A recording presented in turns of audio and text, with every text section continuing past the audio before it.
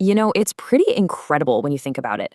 In just a couple of generations, the whole path to marriage has been turned on its head.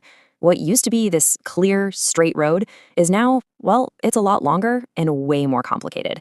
Today, we're going to dig into why premarital relationships are so common now. And we're not here to judge, we're here to understand the huge societal shifts that brought us to this point. So, what happened? Really, why did everything change so fast? To get the real answer, we can't just look at what's happening today. Nope. We have to go back in time to understand a totally different world, one where life, love, and biology were all amazingly in sync. All right, let's rewind the clock. Not so long ago, the rules of love were built around one simple idea. The emotional connection always, always came first. Just try to imagine this, a system where you basically grew up knowing exactly who you were going to marry. See, marriages were often arranged when a boy and girl were just kids. This meant they had years and years to build this deep mental and emotional bond, long before a physical relationship was even on the table. And life moved fast. Marriage wasn't something for your late 20s. It happened in your early teens. We're talking girls getting married as young as 10, boys by 14 or 15. And then, boom, adulthood, with all the responsibilities of family and work, started almost right away. And here's the absolute key to all of this. There was practically no gap between hitting puberty and getting married. The timeline of life and the timeline of our biology, they were perfectly matched up. But that perfect alignment, well, it was about to be completely shattered. Because of course that world is long gone. A few really powerful forces of modern life showed up and just rewrote the entire rulebook. All of a sudden, life just got more complicated, right? You needed higher education. People, both men and women, started having big career ambitions. The internet blew the doors off the world, and people started moving to big cities for big opportunities. The old, simple, predictable system, it just couldn't hold up. So, what did this brand new reality create? Well, it created a totally new timeline for life. And right in the middle of it, a new kind of problem. So look at the modern timeline.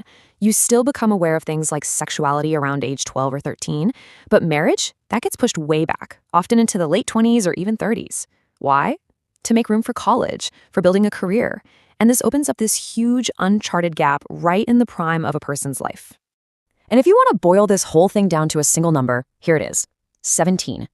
An average gap of about 17 years between when you're biologically mature and when marriage is actually a realistic option. So the real question becomes, how does an entire generation navigate almost 2 decades of this new reality? I mean, the difference is just night and day. The priority went from family first to career first.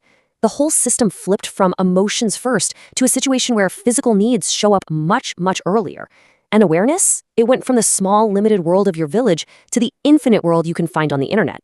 So to fill this massive 17-year gap, new kinds of relationship models just naturally started to pop up. People meet in college or at the office, they connect, sometimes even long distance. Live-in relationships start to look like a really practical option. And in this new context, physical intimacy is seen more and more as just a natural need, a part of life before marriage. So at the end of the day, is this story about what's right and what's wrong, or is it about something else completely? The source material suggests we should probably look at this less like a moral problem and more like a matter of personal choice inside a totally new world. And there's a quote from the source that just hits the nail on the head. I don't analyze what is right or wrong. I'm just explaining why the situation is this way. The whole goal here isn't to judge anybody, but just to understand the powerful forces that shaped this new normal. So ultimately, the rise in premarital relationships isn't just happening out of nowhere. It's presented as the logical, maybe even inevitable, result of a world completely reshaped by education, by careers, and by modern city life. And all of this leaves us with one final and really important question.